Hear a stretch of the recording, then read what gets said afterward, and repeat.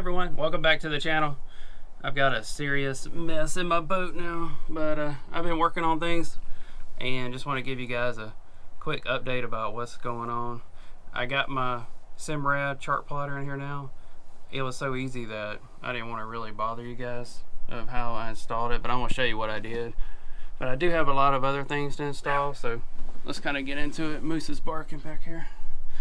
But so when I got a Chartplotter, I wanted one that was huge, right?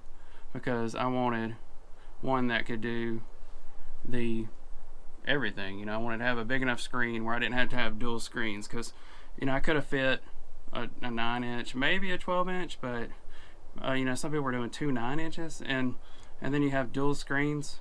But I don't know about you guys, but like on my computers, I like having one big screen. I'd rather have one super wide screen and then split it up, and that way you don't have that crease in the middle, especially when you're looking at things. And then you can split screen it, so you can have the, say, the transducer or the chart plotter, you know, part, or the GPS or the sonar or whatever on one side. You can do the radio, because these chart plotters these days, they do everything. You got your, I can control my radio and my lights and you know, just about everything that I want now, all from the one big screen. And when my friend saw it, he's like, man, this is the biggest screen, it's ridiculous looking.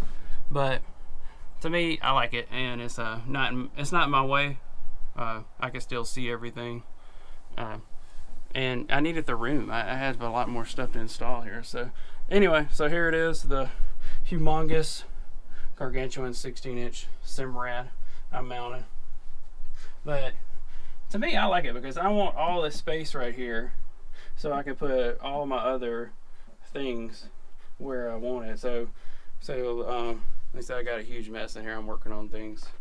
So basically, see, I got my Simrad right here that I'm doing, my radio. So I'm probably gonna put it here. I could put it down here and get new stickers, but I kind of like it right here, and then I can mount my you know, the receiver, the part you talk in, on the side right there. And then, you know, I got autopilot, and I got the JL audio head unit. So I was thinking about putting it here, and then maybe doing my autopilot over here in this area, because I won't be using that as much. And you know, I got this space over here. I could probably do an autopilot over here. I don't have the autopilot yet, so I still gotta get that. I just kind of do it as I can with the budget I can. So I got a few places, you know, with this extra dash right here though. I kind of like the chart plotter being here. You know, just it takes up the whole thing. And I don't know if you can see or not, but see where I'm sitting, I can still see out. Only thing is blocking is that little part over there. So to me, it's not really in my way. And you know, most of the time I'm standing up anyway. So if I'm standing right here, I really don't see it. But I can still see the screen if I want to. And I'm 6 foot tall, so it might be different for some people. But I would have to look down at this all the time. When the screen's up here, I can honestly see it better. So that's the reason I did it. I know some people aren't gonna like it. Some people would do maybe a 9-inch right here, but then you would have all the other components, and you might have your radio up here. I don't know. For me, that's just where I wanted it. I know everybody's different. I might actually put a little screen outside eventually. I thought that would be kind of cool. But as for wiring this thing up, there's really nothing to it.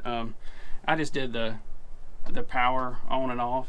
So you just come over here and hit the button. I didn't do the ignition. That's the ignition. I think it's the yellow wire, and then they have a blue wire. The blue wire does the add on a little piezo siren type thing, so you could always add a little siren, but it has a little siren built into it, so I didn't really see the point of that. I mean, I can hear it. I guess if you're on a huge boat or something, then you weren't going to be right there by it. But just hold down the power button here.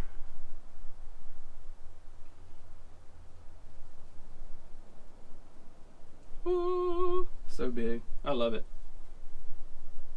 And this is the NSS EVO 3 16-inch.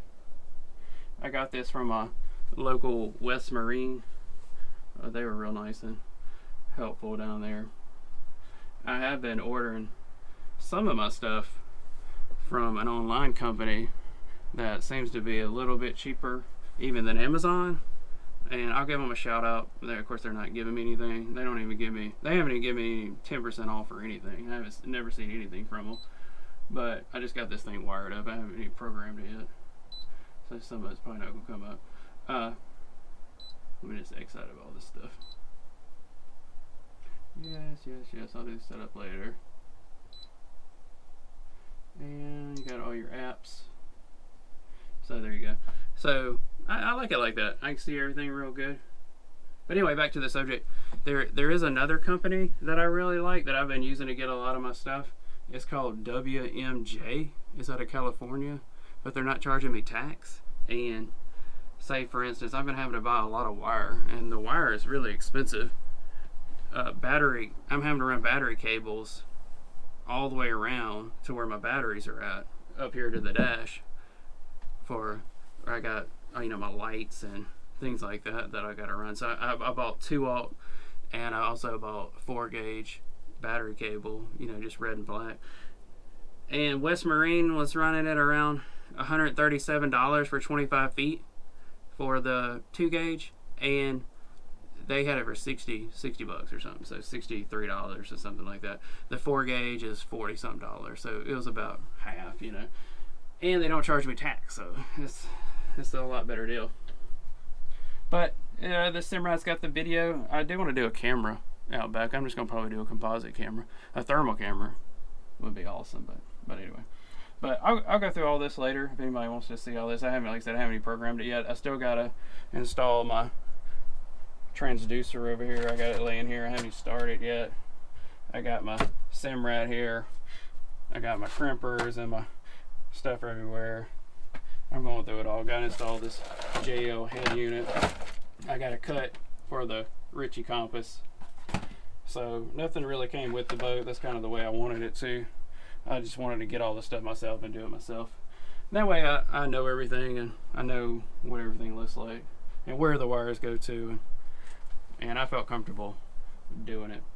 And I still got to clean everything up. They made it pretty easy, but just kind of show you under here. I just got one wire coming down right now.